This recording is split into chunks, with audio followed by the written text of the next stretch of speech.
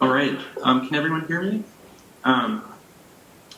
So I'm going to slowly walk us through the two pieces we read for today, the Melville and the Albero.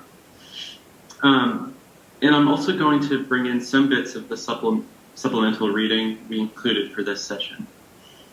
Along the way, I've interspersed a bit of commentary on some of the themes raised in our first session, as I think the two essays can help clarify them. As will become clear shortly, my relation to the material we are covering in this seminar is above all readerly. It's probably due to me ending up shaping the syllabus more than Sean did that I feel obliged to, in a sense, prove this material. That is, submit it to reading and justify why I have lobbied for and chosen these admittedly unorthodox texts. So, why not just have read Rosalind Krauss, Douglas Crimp, and Craig Owens? Arguably the three writers the three most prominent writers of October. This is the unspoken question I feel like I need to address. I am not an art critic like Sean, and in fact, to put my cards entirely on the table, the focus of my own research and writing is primarily that of music, not art. In fact, the first thing I ever spoke to Sean about was actually minimalist music. And, for what it's worth, anyone interested in this, much of my current work involves, in a sense, bringing or importing the formalism of Fried, Cavell, and Melville to bear on the field of late modern music, particularly the music that comes after John Cage, but also including, the so-called New York School of Composition, including Morton Feldman and David Tudor and others. I would also say that I tend to approach this material more historically, and so not always in view of how it may or may not relate to or have purchase on the present moment. This is where I feel Sean's strength really lies. All that said, the hope is that the difference between Sean and my approaches to this material is actually complementary and productive. So, first I'm going to deal with the notes on the Reemergence of Allegory before we get to the piece on Daniel Buren and the Guggenheim exhibition. So I first came to Melville's Notes on the Reemergence of Allegory about a decade ago in hopes of gaining further clarity on Craig Owens' seminal essays on postmodernism and the allegorical impulse, which were published in October in 1980. Owens' work had attracted me because at the time I was doing research on Walter Benjamin's work on allegory, and for what it's worth, I still think Benjamin's Trauerspiel book from the, mid-20s is one of the best works on criticism in its nature. Melville's Notes is probably best read in conjunction with the essays by Owens as well as Douglas Crimp's essays from the period. Over the past decade, I've returned to the dense thicket of notes on the Reemergence of Allegory for many different reasons. But here, of course, we will be focusing on the aspects of the essay that concern art and objecthood and October. As such, I'm mostly going to pass over the content contained within it on allegory in the theater. So, for instance, Artaud, all the stuff on Artaud and Robert Wilson, as these topics, in a sense, take us too far afield. Even though at this time, in 1981, when this essay was published, Fried had only published one big monograph, Absorption and Theatricality, which came out the year before, it's notable that Melville is already trying to mediate between, on the one hand, Fried's art criticism, and on the other, Fried's work in art history. Melville states that this essay takes this book, i.e., Absorption and Theatricality, quote, as an opportunity to review an argument and a career. In this sense, Melville is already beating Fried to the punch in writing Fried's An Introduction to My Art Criticism before him, which we'll read next session. And of course, Fried only gets around to writing that introduction in around 1997 or 8. What's unique about Melville's approach is that he is, in a sense, subordinating development since Art and Objecthood to that essay. For example, the recent essays by Owens and Crimp, rather than the opposite. In this sense, he is acting, as I noted in the last session, as something like Freud's defense attorney. Melville violates Freud's wish for his audience to keep separate his art criticism and the work in art history in the very first sentence on Freud in the essay notes. In that line, he explicitly links, quote, the limits of the formalist program of the middle and late 60s, the terms and limits of art knowledgehood above all, and of the historical elaboration that program has received Michael Freud's subsequent writings, particularly those collected under the title Absorption and Theatricality. My concern, Melville writes a few sentences later, quote, will be to explore the extent to which the formalist program is and is not still that in which we move and write and engage our issues, close quote. It seems fair to say that Melville seeks to be both inside and outside of the formalist program, which is, we should note, something of a trademark deconstructive move. And this may, I think, bear on our discussion last week concerning the desire to hang on to formalism, despite our awareness of its limits and limitations. So on this note, I'd like to briefly look at a quote we actually included in the kind of PDF of quotes we circulated for the class. And this quote is from Melville's essay, The Temptation of New Perspectives, where he offers a succinct definition of deconstruction that may help us understand his approach to Freud. Deconstruction, he writes, quote, presents itself as in general a practice of reading, a way of picking things up against their own grain or at their margins in order to show something about how they are structured by the very things they act to exclude from themselves. One last important thing to note when approaching this essay is that painting takes the lead for Melville, even when he is considering other art forms such as performance, the pictures generation, and post-minimalist art practices. And just to clarify, I'm going to be using, the pictures generation, appropriation art, and the artists associated with Metro Pictures more or less interchangeably throughout these remarks. Painting has a certain priority for Melville, given its place within both the Hegelian and formalist narratives of the history of art. For Hegel in particular, painting is in some sense the defining or paradigmatic romantic art, or romantic or modern art. This is crucial for notes on the Reemergence of Allegory and something we can perhaps return to in the discussion. Melville can thus be contrasted against his fellow October art journal critics like Krimp and Krauss, for whom photography in a sense eclipses painting. And here we may think of Krimp's classic reading of Rauschenberg in the way he argues in the essay on the museum's ruins that Rauschenberg's work undertakes a deconstruction of painting by way of photography. In this essay, Melville is dealing with the reemergence of allegory, particularly critic Craig Owens' essays on the allegorical impulse. Melville is also dealing with the reemergence of allegory by way of the pictures generation around the same time. And it's worth noting in passing how a common source for Krimp, Owens, and Krauss is Walter Benjamin, who wrote not only on allegory quite extensively, but also on photography. In fact, this becomes, a big part of the October toolkit, using photography as a way of, undermining the kind of formalism of Freud and Greenberg. It's something we might get into more later, even though we're really not, looking at photography too much in this class.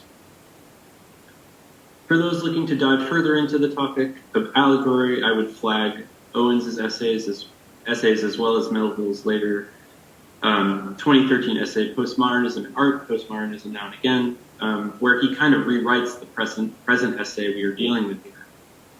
Finally, Melville is also interested in framing the reemergence of allegory from within the formalist program, particularly as it is elaborated and given a new twist by Freud. The work that would need to be seen with this essay is the work of the late 70s and early 80s. All of the artists Melville mentions in this essay, Cindy Sherman, Laurie Anderson, Sherry Levine, Longo, Goldstein, et al. It's an interesting moment for an essay in October to be written, 1981, 5 years after October's founding. The essay takes stock of these past 5 years and could almost be read as something of a report on October, if one wanted to take that approach. In here, I've kind of put on the screen all of the illustrations that are included in Crimp's, seminal Pictures essay from 1979.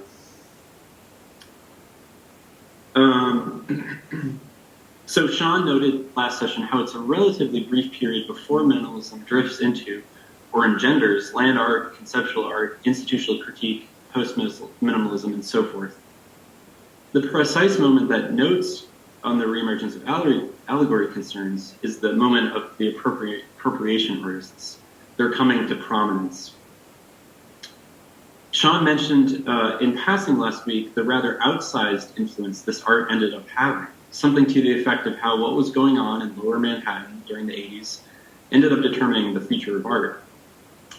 And so I think it's worth noting in passing the big role October had in determining this narrative in which appropriation art takes center stage.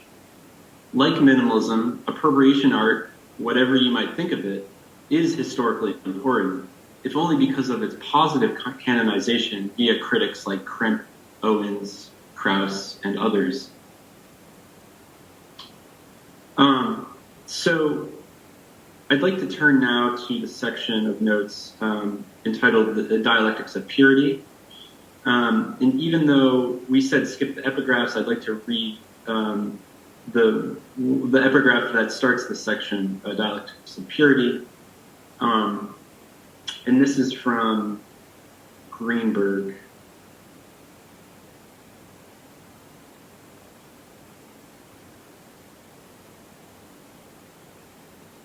It's on page 62.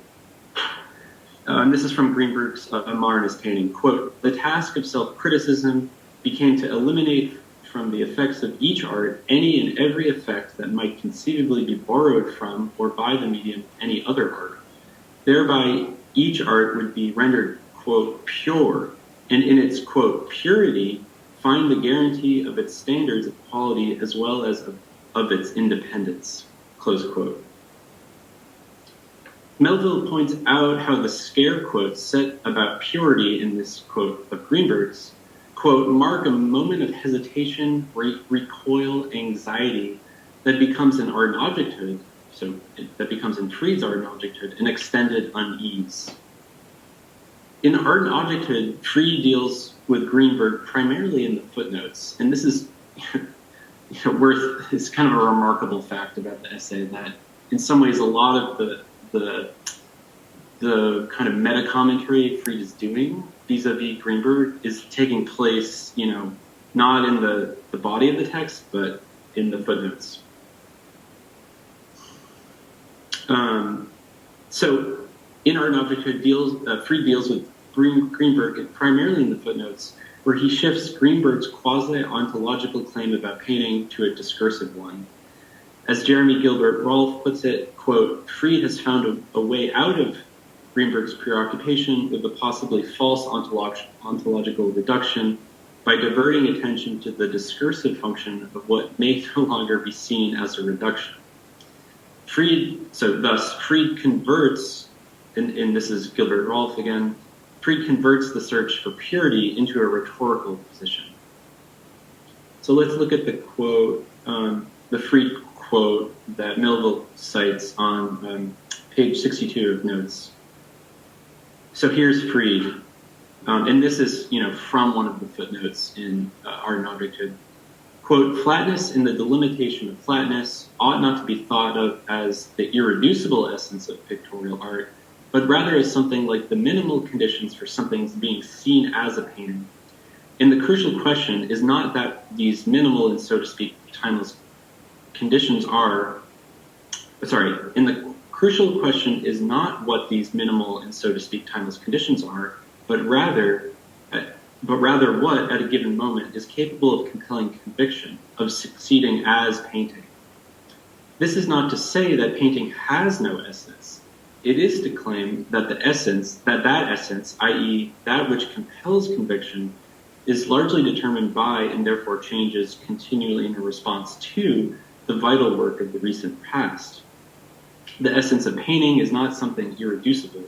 Rather, the task of the modernist painter is to discover those conventions that, at a given moment, alone are capable of establishing his work's identity as painting. Close quote. Yet Melville points out in this essay how Fried is still clinging to the idea of purity in his move to fence the high and serious art of Morris Louis off from the degenerate and theatrical flatbed tableau of Robert Rauschenberg, or alternatively in Fried's move to fence the work of Anthony Caro off from that of Tony Smith, as we saw in our last session. Melville points out how this operation of separating the mere from the pure is central to the formalist project. Melville now turns to the story of 18th century painting in France that Fried tells in Absorption and Theatricality, of painting's effort to purge itself of the merely theatrical. Again, Melville is playing defense attorney here, as he states, quote, Fried has, in support of art objective, a story to tell. We will return to Absorption and Theatricality when we read next week Fried's intro to my art criticism and see how Fried treats the divide between his criticism and his work in the field of art history. I do, however, want to flag the important quote from Fried's Absorption and Theatricality, namely, quote, the primordial convention that paintings are made to be held. And I think this will kind of reemerge next week. In the following passage on page 65, Melville helps us fill in the category of theatrical or theatricality by reading art and objecthood through Absorption and Theatricality. And here I quote Melville, for painting, theater would be the name of a central failure, a failure that remains within the general sphere of the aesthetic and forecloses the possibility of any radical fall out of art altogether. The risk is not that the work might be taken for wallpaper, but that its tableau might be misinterpreted as theatrical. It might be taken to demand rather than to deny or absorb its beholder. The category of theatricality conceals and constrains a crossing between questions that about whether something is art and about whether it is good art. This is part of what it means to write as Fried does, that, and now he's quoting Fried, what lies between the arts is theater. So, close quote. So when we say art is theatrical, we are saying that the art, in a sense, falls barely within the threshold of art, but is still art, right? So that's kind of the point that Melville is making. In this section, 3 or 4 museums, Melville links Fried's formalist project with what he calls the museum/encyclopedia. The museum/encyclopedia, Melville writes, would exist without contradiction, at once guaranteeing and guaranteed by the capital T tradition. There is in such a museum no deep scandal, no outrage history cannot place at heel. Art and objecthood and its attendant controversies might be said to mark the end of this dream of the museum. So we will return to this question in our 4th session, but it's useful to pause here to think of how, Melville is himself allegorizing art and objecthood. So he's trying to kind of, he's trying to learn something from art and objecthood that isn't in the text itself, and he's trying to kind of put it in a broader kind of picture where we can kind of learn something from it.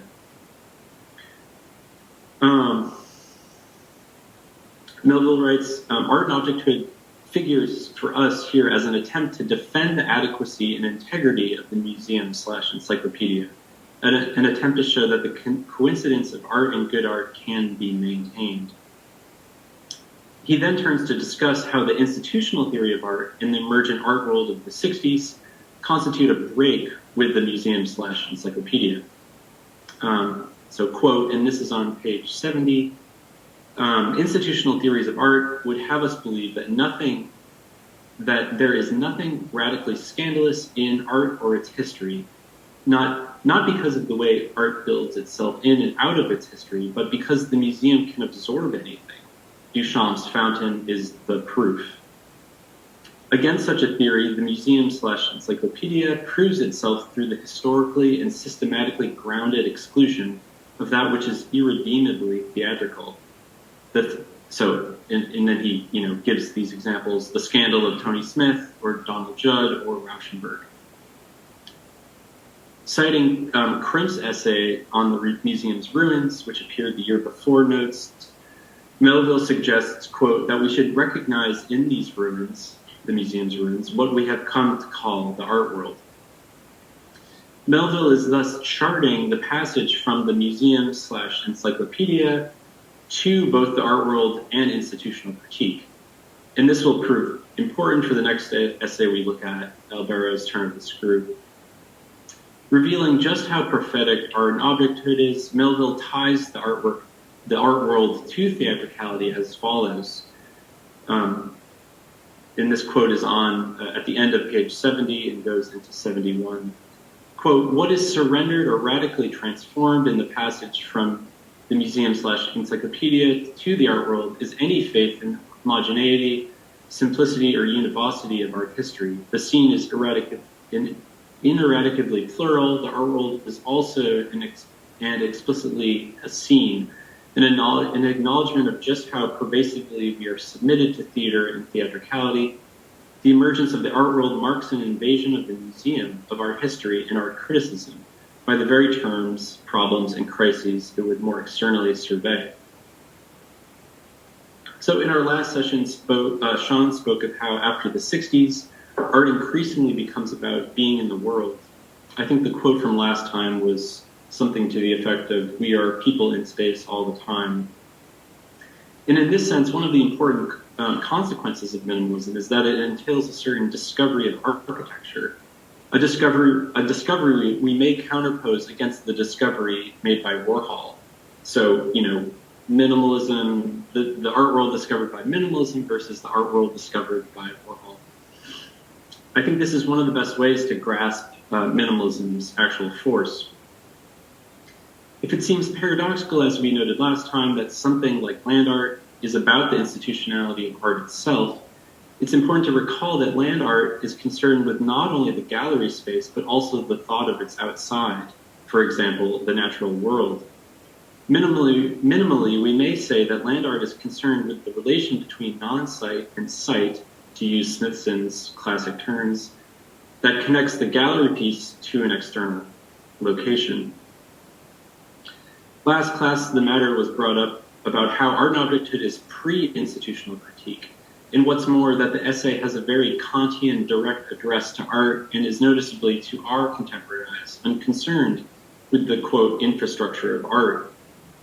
I think it's important to underscore how Melville is here very much attempting to provide us with a genealogy of sorts of institutional critique in reference to art and objecthood above all.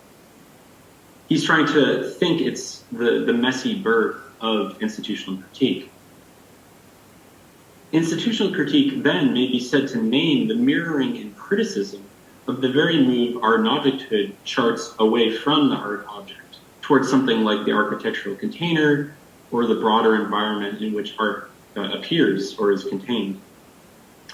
And here it may be worth invoking Lucia Lepard's seminal reading of what she calls the, quote, dematerialization of the art object, which I think is especially helpful when it comes to grappling with conceptual art that emerges after minimalism in its wake.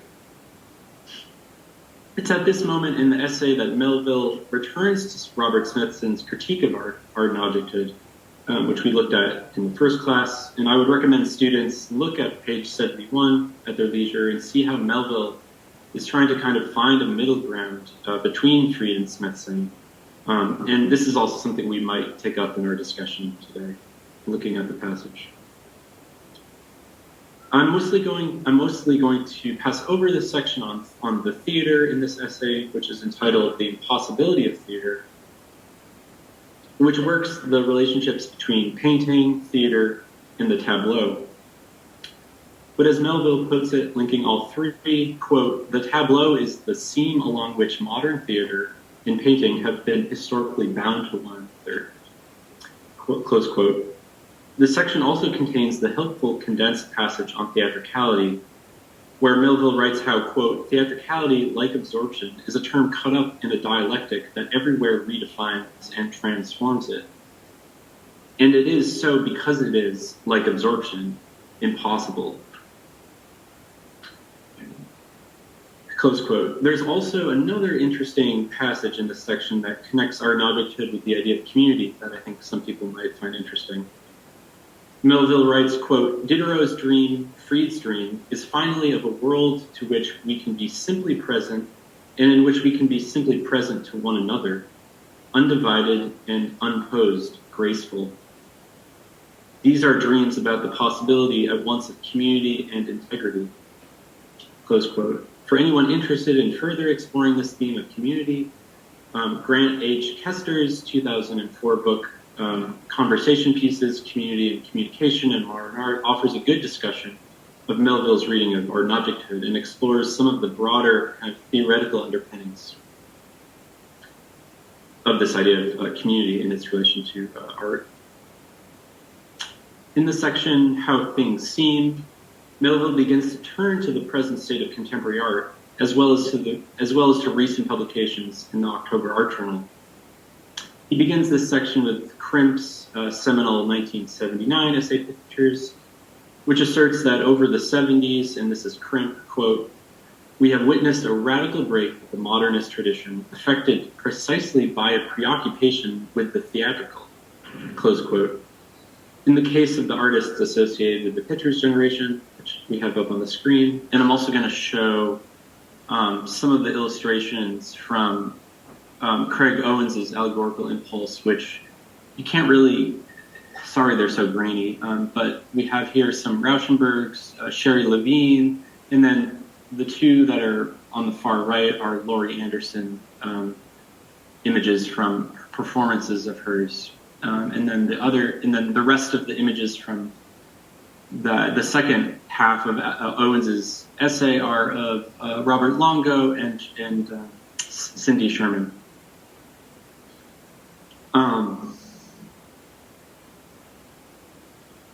So in the case of the artists associated with the Pictures generation, Cindy Sherman, Sherry Levine, Robert Longo, et al., Crimp notes that there has been a recovery of the, quote, pictorial image, an occurrence which Melville variously dubs Fried's revenge or Greenberg's revenge. And with these phrases, Melville is being a bit ironic, of course, as Sean pointed out last session. Melville explains how Fried's writing has become, quote, interesting now in a way that it may not have seemed to have been for the past 10 years or so.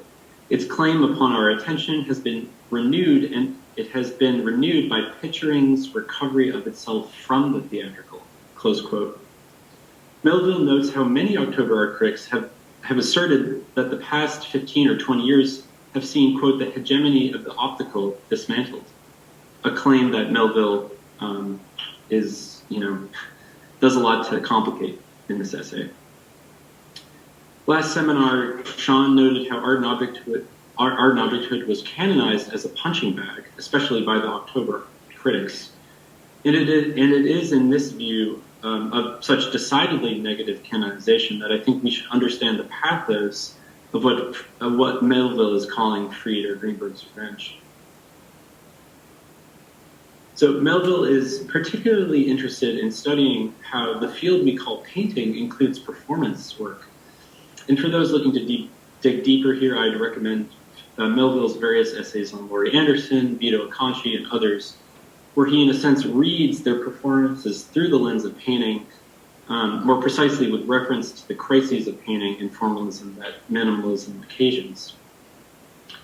Melville is also interested in how the artists associated with the Metro Pictures Gallery may be seen as engaged in what he calls allegorical painting. And this is on page 81. Quote, allegorical painting, as it has emerged for recent criticism, he writes, is bound particularly to time and to story, to narrative. Sherman's mock film stills and Longo's drawings and reliefs, I would have you call these things paintings, are understood as exemplary presentations of hinges, whose significance is neither simply present nor simply borne away into story, but is rather given, not here, not now, as an undecidable crossing of possible narratives, stories of death or dancing, histories of menace or aspiration. And I think, it's good to look at, again, the illustrations of the Pitcher's essay here. Ultimately, Melville argues for seeing the postmodern as itself an allegory of the modern, and is critical of Craig Owens' attempt to make a hard distinction between postmodernist art and modernism, which, as he observes, repeats Fried's attempt in Art and Objecthood to distinguish the serious from the frivolous, or the high from the low. Owens associates postmodernism with what he calls the deconstructive impulse, and links modernism with what he names the self-critical tendency. In the final section of the essay, Conditions of Publicity, Melville writes, quote, "The allegories of sense and gesture, convention that have been seen in the work of Longo, Anderson, Goldstein, Sherman, and others are visible as such only to the extent that they are recognized as deeply responsive to the issues raised in Art and Objecthood, questions of anthropomorphism, the privacy and publicity, hiddenness and openness of the self, of the other." Melville expands upon his analysis of these figures in the supplemental reading. We've included Postmodernism and Art, which is included in the Cambridge Companion to Postmodernism. Near the end of notes, Melville rather daringly reads the color field painters out of the literalist form, in other words, the minimalists, so reading the serious from the frivolous. Quote, "The hollow literalist form appears as a person who presents himself to us in and from his sense of radical privacy, presents himself as withdrawn, distant, distancing, even mocking. In this view, Jackson Pollock counts as a discoverer of surface, and it is this discovery he hands down to his strongest heirs, to Lewis, Morris Lewis, Noland, and Orlitsky." Close quote. Melville then affirms Lewis and Rauschenberg as both heirs to Pollock, and so this move in itself is kind of going against Fried's attempt to separate, the degenerate art of Rauschenberg from the high art of Morris Lewis. So here's the quote on page 89. "If Lewis is a recovery and repetition of Pollock, so also is Rauschenberg. The two possibilities are entwined in one another, are each other's condition of possibility. But it is through Rauschenberg that the story of painting's confusion with and dependence on the theater is narrated. And it is Rauschenberg's work that seems increasingly capable of standing as emblem hinge for the past decades." Close quote. In conclusion, Melville openly aligns himself with Fried's project and observes how the present essay can be seen as forcing, quote, "a certain acknowledgement of Fried." Melville ends with a typically nodded passage that tethers the idea of a putative postmodernism to modernism. And the key passages are on page 91. Here they are. Quote, "Postmodernism means, if it means anything, something about the way in which modernism must inevitably come to see in itself its own allegory. If postmodernism names modernism, insofar as it is inevitably its own allegory, deconstruction likewise names self-criticism, insofar as it cannot exempt itself from itself." So this returns us to one of the developments of minimalism that we discussed last seminar, what Sean called the diminishing returns of reflexivity in art. Reflexivity having come to displace the self-criticism that is associated with modernism. The notion of reflexivity is registered in Owen's essay, The Allegorical Impulse, in which he argues that in postmodernist art, the deconstructive impulse eclipses modernism's self-critical impulse. So this self-critical impulse, as we saw last week, can be linked to the idea of medium specificity in individual arts, the call for each art, as we saw in the Greenberg passage we just read, to kind of, push away all of the other influences of other arts and to kind of focus on itself and its own medium, and to become autonomous in that way, and so quote-unquote pure. Owens writes, and this is quoted by Melville on page 89, quote, "When the postmodernist work speaks of itself, it is no longer to proclaim its autonomy, its self-sufficiency, its transcendence.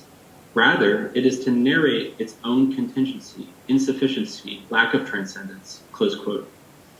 I think we can hear in such self-narration the emergence of reflexivity as we know it today. As we explored in our last session, minimalism is itself modernist, is a modernist phenomenon in its own right, even if we have the retrospective tendency to assimilate minimalism to postmodernism. It's admittedly difficult to see minimalism as modernist, I would say, and so I'm impressed we got there in our discussion last week. This is then the gain of binding postmodernism to modernism, which Melville urges us to do in this essay. So some broad takeaways concerning October in light of this essay. So Notes captures the early era of October, and especially the journal's promise early on. The subversive or radical character of the journal, of course, gave way to its institutionalization. The textbook art since 1900, authored in 2004 by October figures like Hal Foster, Rosalind Krauss, and Buchloh, and others, was a textbook used widely in art schools. October became, over time, the institution. No matter its subversive character, the criticism of the October art critics served to legitimate postmodernist art, and so facilitated the institutionalization of the avant-garde. In a sense, everything becomes about discourse for October, and so judgment gets crowded out. Consider the following passage from Krimp's On the Museum's Ruins, in which he links Michel Foucault's power-knowledge discourse theory to modern art and the discipline of art history. And here's Krimp, quote, "Foucault has concentrated on modern institutions of confinement, the asylum, the clinic, and the prison. For him, it is these institutions that produce the respective discourses of madness, illness, and criminality, not the other way around. There is another institution of confinement, ripe for analysis in Foucault's terms, the museum, and another discipline, art history. They are, together with photography, or perhaps more precisely, the repression and selective use of photography, the preconditions of the discourse that we call modern art. Foucault himself has hinted at the way to begin thinking about this analysis," close quote. So Krimp makes quite clear here the link between Foucault and the itinerary of October. As I noted earlier, October was also the principal theater in which post-minimalist art was thought through. As Melville writes, quote, "Both Krimp's and Owens's essays first appeared in the pages of October, a journal whose theoretical and critical interests from its founding in 1976 through the present has been responsive above all to the complexities of artistic work that is most directly described as post-minimalist, and have been notably less responsive to the tendencies associated with pop or pop art. This, of course, raises the interesting question of the relation between minimalism and pop, which is further explored in the supplemental reading Postmodernism and Art, in which in a little bit I'm going to explore with reference to the iconic work of Cindy Sherman. In the 1995 essay Aspects, Melville describes the experience of teaching a short 10-week survey course of American art since 1945, which he writes, quote, has the virtues of imposing certain economies, whereby one discovers, quote, what one can and cannot live without. He writes, I imagine that those who try to teach such courses as a matter in need of argument and not simply of enumeration are almost inevitably forced to the determination of a crux. There are a limited number of candidates for that position available. Among the most prominent of these would be pop, minimalism, conceptualism, and fluxus.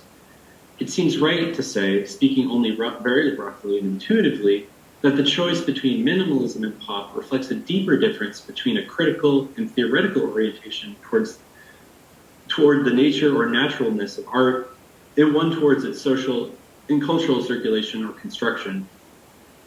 That the choice between either of these in Fluxus represents a difference in imaginations of the continuing power of avant-gardism, and that the choice between these three in conceptualism reflects a difference in how one conceives the depth and nature of a break between modernism and postmodernism. To the extent that any narratively structured account of the period is obliged to order itself to the emergence of something that calls itself postmodern, this last will, of course, be true of all the candidates I have proposed. That is what it would mean to nominate one or another of them as crucial. A little later in the essay, Melville writes, quote, "If Cubism is taken as the last fully secure style name, Fluxus would appear to be that last of the movement names bound in its inner logic to the aspiration of the traditional avant-garde, except perhaps for the situationalist international. And if minimalism is not quite a style name, this is perhaps because the shift it marks seems deeper, at least to those of us who take it as a crux, than can be taken account of from within the matrix in which the notion of style is formed. We are inclined to take it as marking a, quote, paradigm shift that calls for a very different kind of accounting. It is this sense of a paradigmatic rather than stylistic shift that presumably underlies the desire to speak of some postmodernism. So in short, in aspects, Melville is identifying minimalism as the crux over and against Fluxus, pop, and conceptualism. In other words, other candidates for kind of marking that divide between modernism and postmodernism. Minimalism as being, in some sense, the most determinate in terms of the shift from modernism to a postmodernism. In the supplemental reading I've mentioned, Melville basically rewrites notes on the Reemergence of Allegory and revisits the themes of that essay by foregrounding the artists associated with Metro Pictures. The essay is also clarifying with regard to allegory as it plays out in notes. That is clarifying, in other words, clarifying as to why allegory matters as much as it does in that essay. So here's what I take to be the crucial passage from Melville's postmodernism art, and I'm going to put these passages in front of you. So this is on page 86 if you want to follow along in the PDF. On the one side, allegory is a way a work means, and that seems to be at odds with the strong tendency within modernism to refuse meaning in favor of something like the pure experience or sheer being of the work. On another side, allegory assumes a real sharing of compositional means across diverse media, whereas modernist art, especially visual art, has insisted upon the separation and distinction of mediums. Both of these modernist tendencies are particularly prominent in the criticism of Greenberg and Fried. The highest praise either has to offer takes this deceptively simple form of asserting that this work by Pollock, by Morris Lewis, or by Frank Stella, to name a few of the artists one or both of these critics have been most closely associated with. So the highest praise either has to offer takes the deceptively simple form of asserting that this work just is a painting. And in each case, this claim will be understood to have the force of a kind of revelation or discovery of what painting has been all along. Painting is historically understood to move towards ever more explicit showing of itself. So the is in this is a painting is particularly emphatic, almost an active verb rather than a mere copula. While this new work, and Melville is here thinking of the Pictures generation, while this new work does evidently share in some way in the kind of artifice, the explicit posing, let's say, of meaningful tableau that we find in more traditional allegorical painting, it does not appear to lend itself to the decoding we take to be central to allegory. So this is kind of crucial. Longo's photographic drawings, like Cindy Sherman's early film stills, suspend us before something that appears to mean or to show something, but the clues that would let us extract that meaning from the work something we are certainly entitled and expected to do before Poussin, are unavailable. We seem to have the interval between surface and depth that is constitutive of allegory without actually having the depth that anchors or justifies, underlies, and supports that surface. For the traditional allegorist, allegory is a practice of continued metaphor. The ship of state is by itself a metaphor. But if we continue that metaphor across the entire surface of the canvas or the whole length of a poem, so that the waves and storms, the lands and people, safe arrivals and shipwrecks all count in making out the fate of the state, we shall have an allegory, a pictorial or poetic whole that everywhere and consistently means something other than its surface literally shows. The artists associated with Metro Pictures appear to be working with a different understanding of allegory's duplicity, one that is ultimately rooted in a different vision of how signification works. One can get some feel for this by imagining allegory as something that might equally be driven not by metaphor, but by a kind of continuous punning, each word or image opening explosively away from itself. Such allegory is wholly an effect of signification, the working of words or images in relation to one another and apart from anything one might want to imagine as its underlying ground of meaning.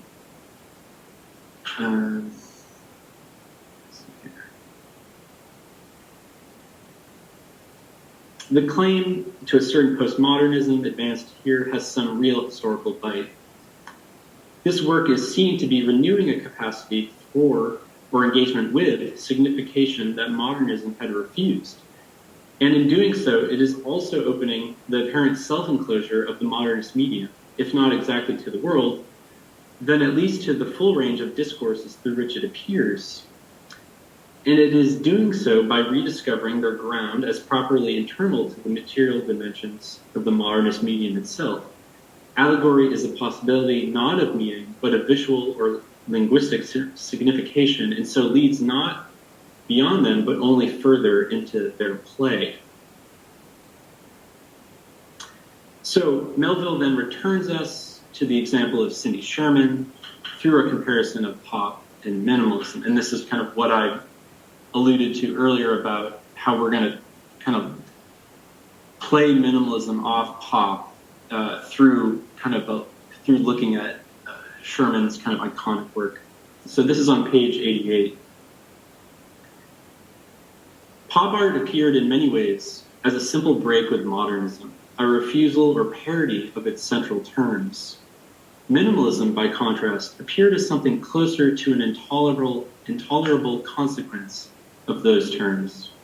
The movement that was understood to lead painting ever closer to its pure, central self suddenly appeared to pass right through that self, thus revealed in that passage as empty, into something else.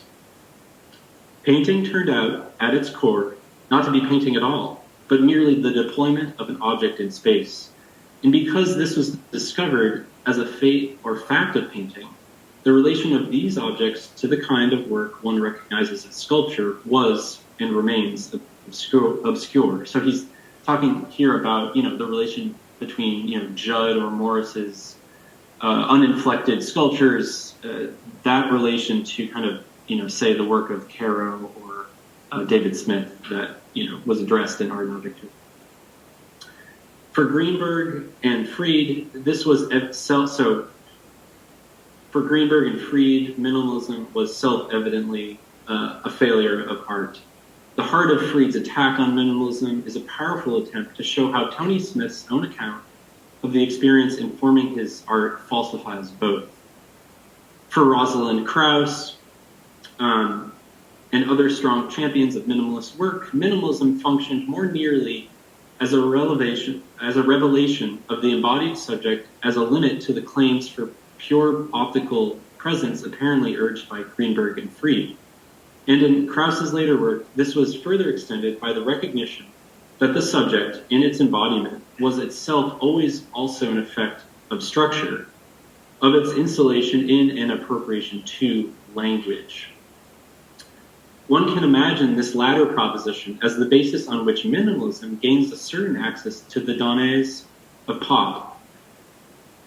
But it will be then important that the quotation and appropriation, that the quotation and appropriation should appear in this context, not as ways in which a subject refers to itself, but as the very stuff out of which it is constituted. So, one might then, so here we're going to turn to Sherman. One might then try out the difference between reading one of Cindy Sherman's early untitled film stills, in the lineage purely of pop, where it will seem to engage the circulation of certain images of women in American culture by referring to them. That is, one will understand Sherman's images, first of all, as references. And by taking them as post-minimalist self-portraits that have the division of the subject as both their object and their condition. So, he's comparing these two readings he's going to compare right now. In the first case, so through approaching Sherman through pop, Sherman herself will either be outside her images, merely posing them for critical reflection, or she will be imagined to slide unknowably beneath or behind the imposed images. In the second, so looking at Sherman by way of post-minimalism or through the lens of minimalism,